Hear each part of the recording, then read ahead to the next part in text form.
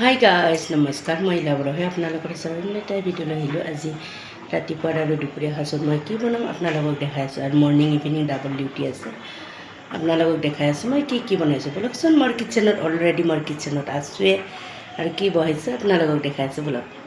মুগ মচুৰ মিলাই কেনে ওলকবি দি কেনে দালি বনাই আছোঁ, লগত কেঁচা জলকীয়া দুটামান ফালি দিছোঁ, বইল কৰি আছোঁ।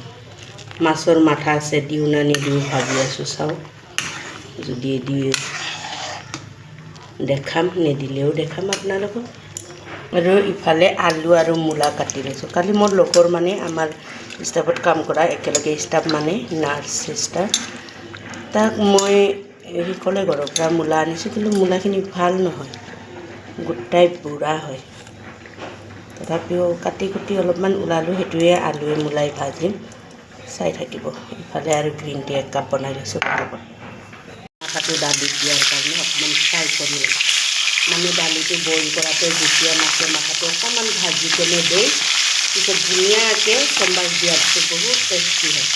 তাৰ কাৰণে হাত ফ্ৰাই কৰি কেনে মই দালি বইল কৰি থকাতেই দি দিম, নহ'লে কেঁচাকৈ দিলে অলপ কেঁচাৰ গোন্ধ আহিব। তাৰ কাৰণে হাত ফ্ৰাই কৰি কেনে দালিত দি দিম।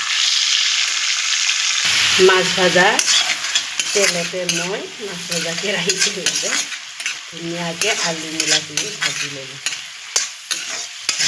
সোৱাদ অনুসৰি নিমখ, কালাৰৰ কাৰণে ৰং দিলোঁ, ধুনীয়াকৈ ভাজি দিওঁ সিজি থকাৰ কাৰণে। ইফালে আৰু মাছটো ফ্ৰাই কৰি কেনে দি দিছোঁ দালি আৰু ওলকবি, তেতিয়া মানে ধুনীয়াকৈ সিজি যাব মাছটোও আৰু দালিখিনিয়ে ধুনীয়াকৈ চম্ভাৰ দি দিম।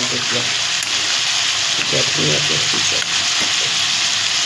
ধুনীয়াকৈ দালি চম্বাছ দিয়াৰ কাৰণে দালি বইল কৰাতে মই এইটো কেৰাহীটো, কিছুমানে কমেণ্ট নকৰিব আৰু দেই বাইদেউ কেৰাহীটো বহুত লেতেৰা আছিলে বুলি, দালি বইল কৰা কেৰাহীতে মই চম্বাছ দিয়াৰ কাৰণে দালিখিনি শুকান জলকীয়া, পিঁয়াজ, নহৰু সেনেকুৱা দি চম্বাছ দি দিছোঁ। আৰু লগত ধনিয়া দি দিম।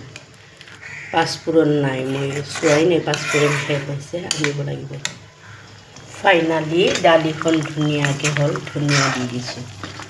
এইটো ফাইনালি কমপ্লিট দালি আৰু মাছৰ মাথা আৰু ওলকবি। এতিয়া ভাতখিনি পাতি দিওঁ, কণী 3টা দি দিছোঁ, হাঁহৰ কণী। ফাইনালি মোৰ ভাজিখিনিও হৈ গ'ল, আলু মূলা লগত দালিখিনি হৈ গ'ল, মাছৰ মাথা ওলকবি মুগ মচুৰ মিলাই কেনে বনাইছিলোঁ, আৰু ভাতত দিছোঁ কণী। আজি এইটো দিয়ে পৰিৱেশন কৰিম। আপোনালোকে অলৰেডি গম পালে মই কি বনালোঁ। আপোনালোকে যদি মোৰ ভিডিঅ'টো চোৱাৰ কাৰণে ইণ্টাৰেষ্টিং হয়, লাইক কৰিব, কমেণ্ট কৰিব, শ্বেয়াৰ কৰিব। Bye bye.